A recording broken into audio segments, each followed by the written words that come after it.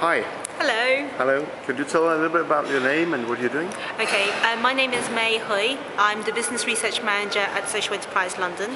And at Social Enterprise London, we support and develop social enterprises. And what that means is that we help organisations and individuals who are interested in social enterprise, so community organisations that want to trade and achieve social objectives.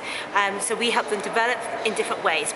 So we give them advice, training, workshops, one-to-one sessions, basically to allow them to grow and develop into fully fledged social enterprises. Okay. And what's going on right now in the debate about social enterprises here in London? Lots and lots of things are happening at the moment, primarily because we've had a recent change in government, so we now have a coalition government. And what that basically means is that we now need to make decisions about how we spend our money more effectively. We are still recovering from recession, so what that basically means is that we now need to think about how we are going to cope with things like the budget cuts. The government is asking us to use more volunteering, that we need to engage with the private sector. So the sector is transforming. In the past 10 years, we've grown dramatically. If you look at the different forms of social enterprises in the sector, it's enormous. So we have everyone from organisations working with people with disabilities, that they sell chocolate, that they create care homes, that they provide hope for homeless people by selling magazines. So a real diversity.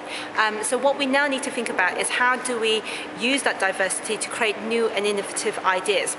So things like social impact bonds, which are one of the most innovative solutions that are coming out from the sector at the moment, where you're engaging with the private sector who provide the investment. You have the government who takes on the initiative to develop a social enterprise idea, and then you have the social enterprise itself that actually implements the program.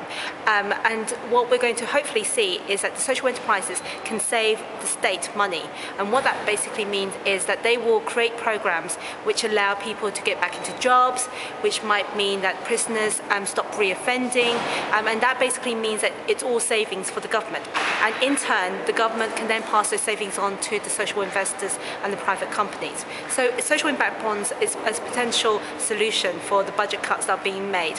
We also have things like the Big Society, and in roughly April 2011, we'll have the Big Society Bank, which is hopefully going to offer social enterprise solutions through grants and investments like loans.